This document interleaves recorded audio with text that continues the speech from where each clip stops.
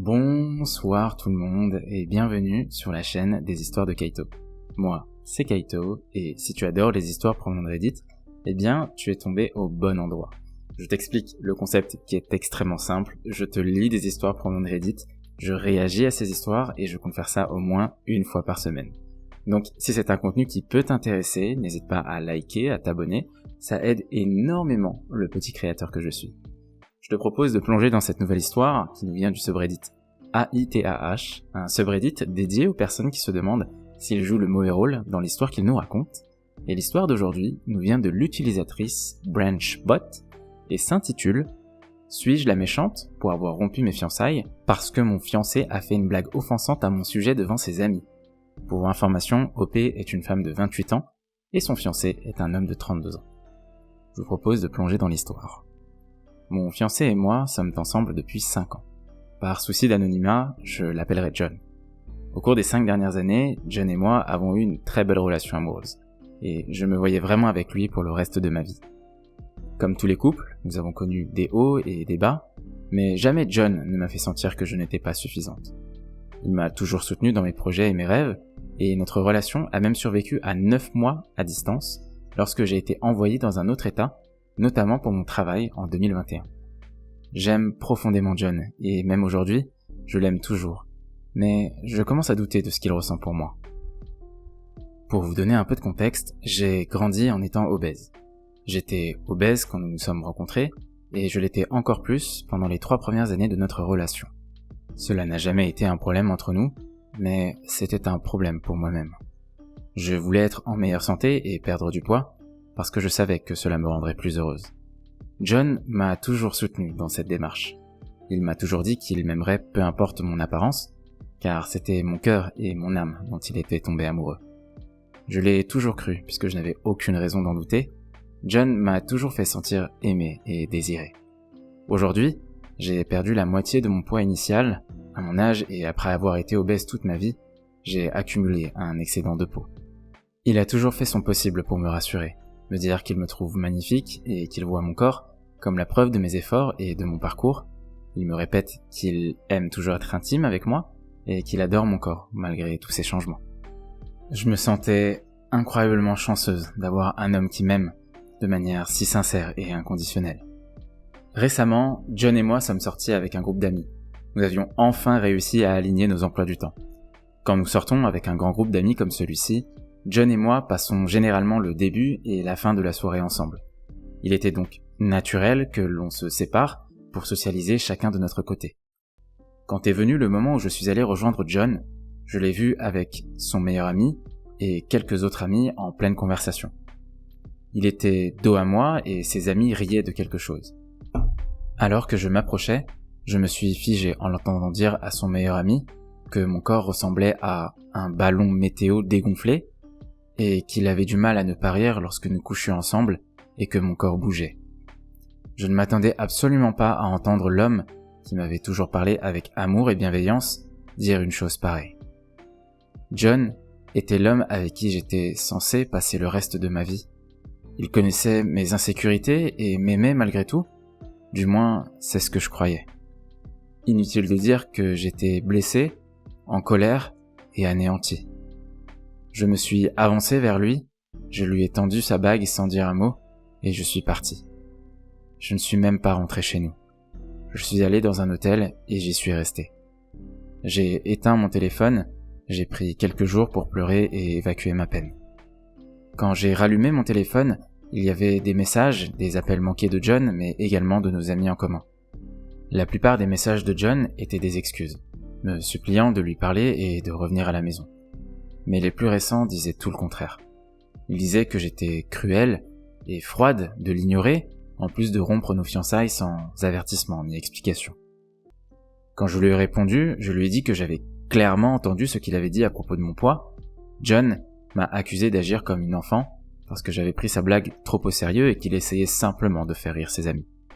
Je lui ai alors demandé pourquoi est-ce qu'il avait eu besoin de faire rire ses amis à mes dépens, en parlant de mon corps, en disant à quel point il avait eu du mal à ne pas rire quand nous couchions ensemble. Il n'a pas répondu.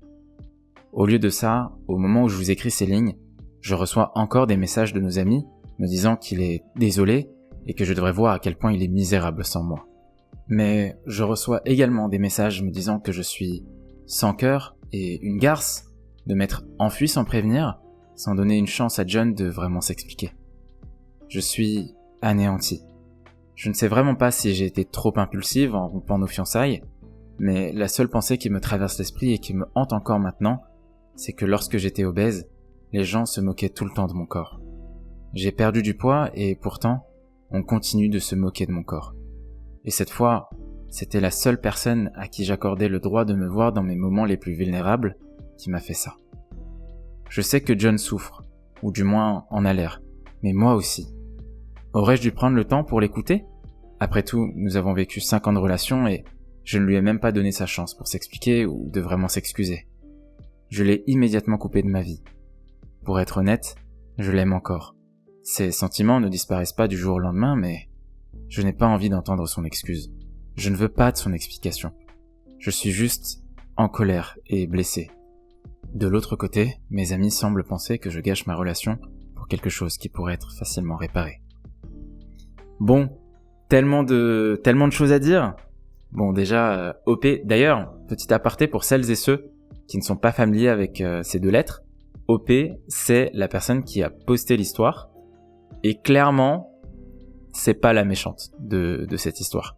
Je dirais même que ça me brise le cœur, en fait, de me dire qu'elle puisse penser, ne serait-ce qu'une seule seconde, être la méchante de l'histoire. Parce que, clairement, le salopard, c'est John.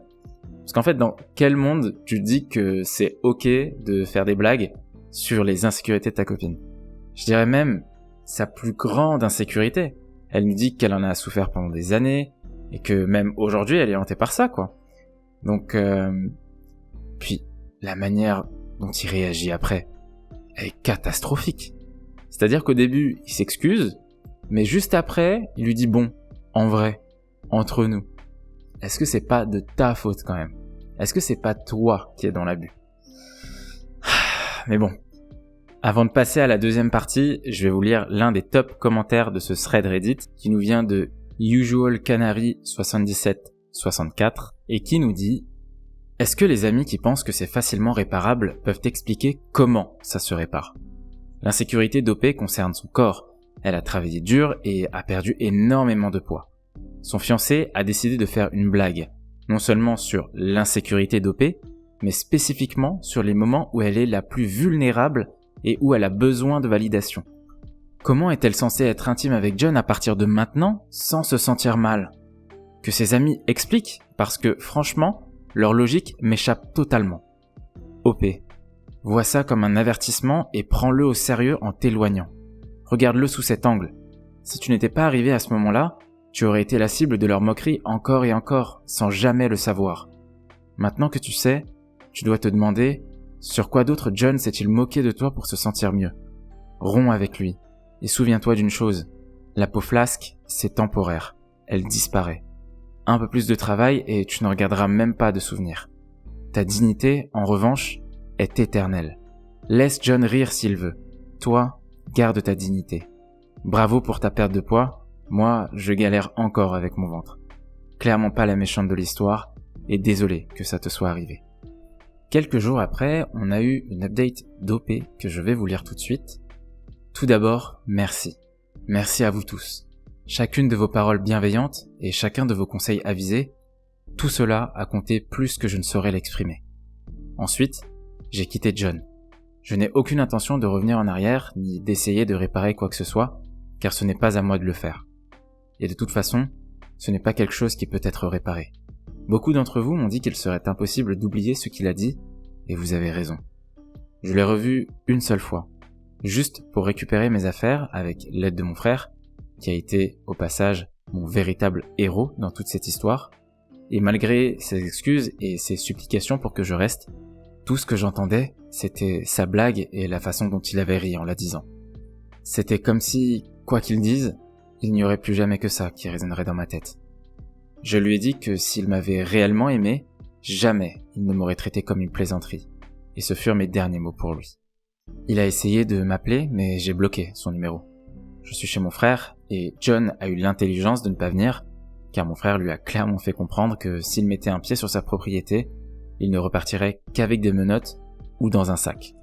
Heureusement, John a été assez intimidé par ça, donc je me sens en sécurité ici. Pour la suite, je sais que j'irai mieux.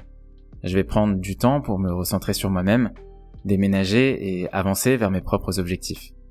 Je pense que ce sera une bonne façon de tourner la page et d'oublier ce que cette relation aurait pu être en me rappelant avant tout qui je suis en dehors d'elle. Parmi les 2 top commentaires, on a Rana R qui nous dit « J'admire ton courage et ta force de caractère.